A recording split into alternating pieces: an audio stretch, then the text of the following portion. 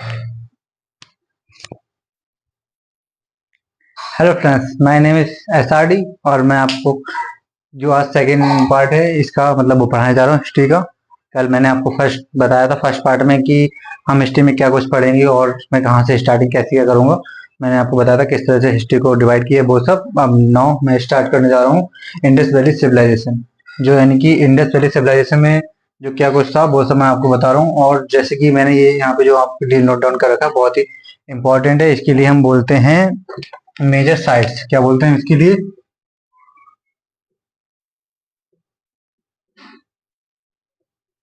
यानी कि हमारी जितनी भी सब ज्यादातर मोस्टली दे रखी हैं ये सब हमारी मेजर साइट्स हैं जो कि हम मतलब इंडस वैली सिविलाइजेशन में मिली थी। तो हम सबसे पहले स्टार्टिंग करते हैं इंडस वैली सिविलाइजेशन, यानी कि जो इंडस वैली सिविलाइजेशन है उसको हम आईवीसी शॉर्ट में बोलते हैं, आईवीसी यानी कि। और दूसरा इसका नेम है वो ब्रोंज एज, यानी कि जिस समय मतलब ये सब कुछ मिला था उसको bronze age Indus valley civilization या आईवीसी शॉर्ट में बोलते हैं। और जो फर्स्ट टाइम जो इसकी जो साइट्स हैं वो डिस्कवर की गई थी वो 1921 में की गई थी। और ज्यादातर मोस्टली जो मतलब वो है वो साउथर्न जो पार्ट, साउथ एशिया का जो पार्ट है वहां पे ये साइट्स मिली हैं।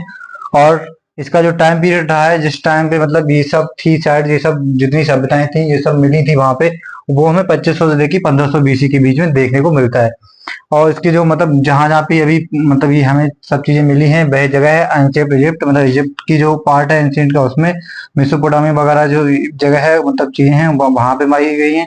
और इसका एक अलग से नाम है ब्रोंज, जिससे वो तो मतलब बोलते हैं। और मोस्टली जो ज्यादातर मेजर साइट्स हैं वो हमें मिली हैं इंडिया के अंदर, मतलब हमारे भारत देश के अंदर, पाकिस्तान जो हमारे पड़ोसी देश वहां पे, और अफगानिस्तान मोस्टली। क्योंकि ज्यादातर देखा जाता है कि जो भी मेजर साइट्स हैं वो यहीं पे मिली, क्योंकि जो आपसी में चीजें थी एक दूसरे की मोहर वगैरह जो वहां पे पाए गए, शख्स वहां पे पाए गए वो सब मैच करते हैं इसीलिए। और हम बात करते हैं इंडस वैली सिविलाइजेशन की। इंडस वैली सिविलाइजेशन में मतलब सबसे पहले साइट की हम बात करते हैं Harappa. Indus valley civilization is also known as the Harappan age और हड़प्पा साइट, क्योंकि सबसे पहले हमें जो मिली थी साइट वो हड़प्पा की ही मिली थी, इसीलिए हम इसको हड़प्पन साइट्स भी बोलते हैं। तो जो हड़प्पा हमारा है वो कहाँ है? वो प्रेजेंट टाइम में कहाँ पे? पाकिस्तान में। और पाकिस्तान में मतलब कहाँ पे? रावी रिवर है जो उसके किनारे ये जो साइट हमें मिली है। नेक्स्ट हम बात करते हैं मोहनजोदाड़ो। जो मतलब मोहनजोदाड़ो वो हमें कहाँ पे मिला? वो भी हमें पाकिस्तान में ही मिला है, जो मतलब पाकिस्तान की जगह है वहां पर। तो उसमें जिसके पास में कौन सी मतलब नदी थी, ये किसके पास में बसा हुआ था?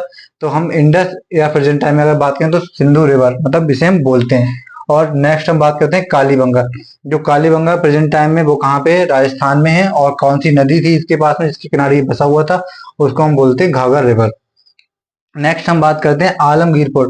जो आलमगीरपुर है वो प्रेजेंट टाइम में यूपी इन मेरठ है, और इसके जो पास में जो रिवर थी वो थी हिंद रिवर। और नेक्स्ट हम बात करते हैं लोथल।